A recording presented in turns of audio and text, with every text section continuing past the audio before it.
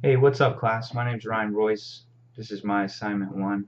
We were to watch United States of Secrets, which is a great documentary. Had a lot of people interviewed in it. Um, it won a Peabody Award, I believe. So, good, good video. It's about the program, basically. The program was implemented after 9/11.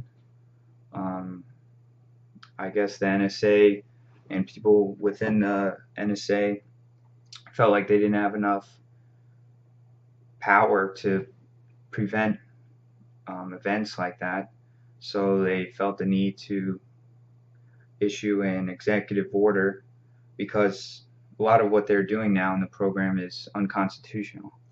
So they made an executive order, made it legal basically. Um, General Michael Hayden and Dick Cheney basically got together. Well, Dick Cheney got with his lawyer, personal lawyer, and signed it into law that what they were doing was legal now. So they took that to the NSA. They started changing programs. I think this one guy over at NSA, his name was Blake. Him and a bunch of other um, analysts wrote a program that was called ThinThread. It was data collection, but it was encrypted. And when it was used on Americans, the data was encrypted. No one could see the data. So if they needed it, they could use a court order and remove the encryption, which I believe, in my opinion, that was a fine program. They decided to take that program and remove the safeguards or the encryption on it and just use the base program, which gathered all the data but had no encryption. So that was pretty interesting to me. Very scary. Um, from there, they aligned with, well, they got with the companies. There's 9 companies involved in PRISM: Microsoft, Yahoo, Google, Facebook, Paltalk, YouTube, Skype, AOL, and Apple. Those are the 9 companies involved in PRISM.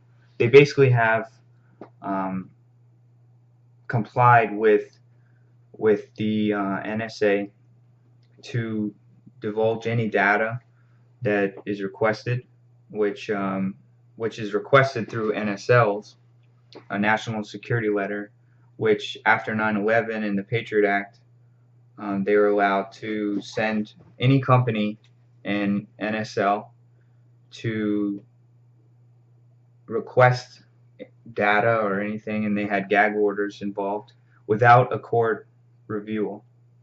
The gag order meant they couldn't talk about it to anyone.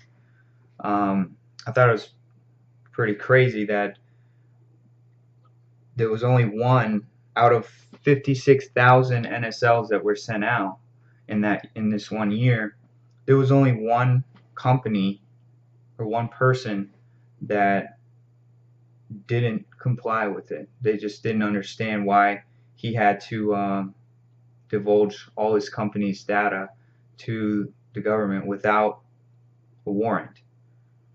It's very important that people had a warrant. But anyways, his name was Nick Merrill. He had a web hosting company. He was the CEO of Calyx. It's in New York, and he basically just didn't send it. He asked them, "I'll give you the information if you get a warrant," and they refused. So he took it to a lawyer, which went against the gag order. But what can you do? He took it to a lawyer, and they won the case. He didn't have to send it, and they didn't take it to the Supreme Court because they got scared that they would lose. The NSA basically got scared they would lose, so they didn't force him any more past that. But I think it's very interesting that all these giant companies, Google, Facebook, Microsoft, they didn't take it to court or refuse. They basically just went along with it, which is kind of scary. I think it's also the reason why they went along with it is because they're they're doing the same thing, but for economic reasons.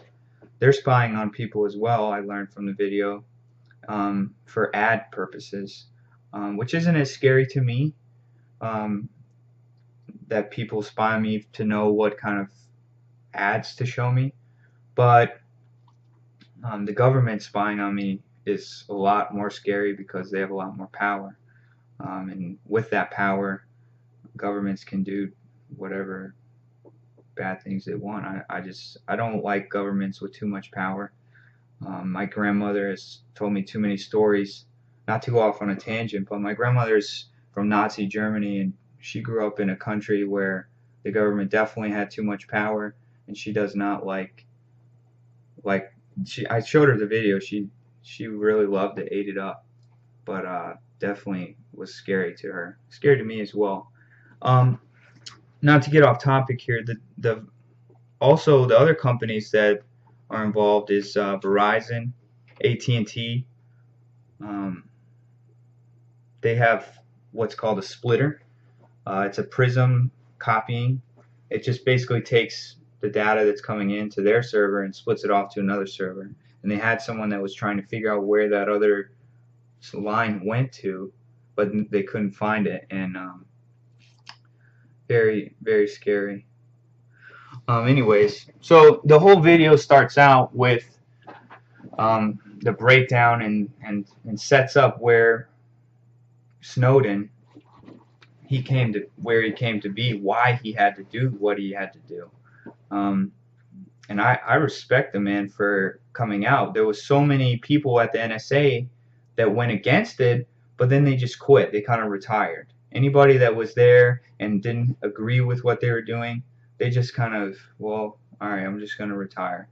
You know, they got scared, retired. The couple people that did stay, that guy Blake, he stayed, asked a lot of questions, and they basically told him, if you keep asking questions, we're going to fire you. And I mean, he's like, stop asking questions. That's really crazy. I would hate to be in that situation. But also, what else do I have here? The director of national intelligence, General Clapper, he was asked by Congress if they were spying on Americans, and he said, well, not directly. We're not directly spying. It might happen, you know, on accident, which is a lie. Um, I hate when people lie under oath. I mean, if we lie, we get in trouble. If they lie, nothing happens to them. It's kind of annoying. But yeah, it's a very factual video. There's so many facts. I basically don't even have enough time to talk about it, or I'm not very good at public speaking or I mean speaking on camera to gather my thoughts. But very good video. I really liked it. I felt like the positive thing was the fact that Nick Merrill, he was able to beat it and not go along with it. But it is a very eye-opening video. And thanks for making us watch it. I learned a lot.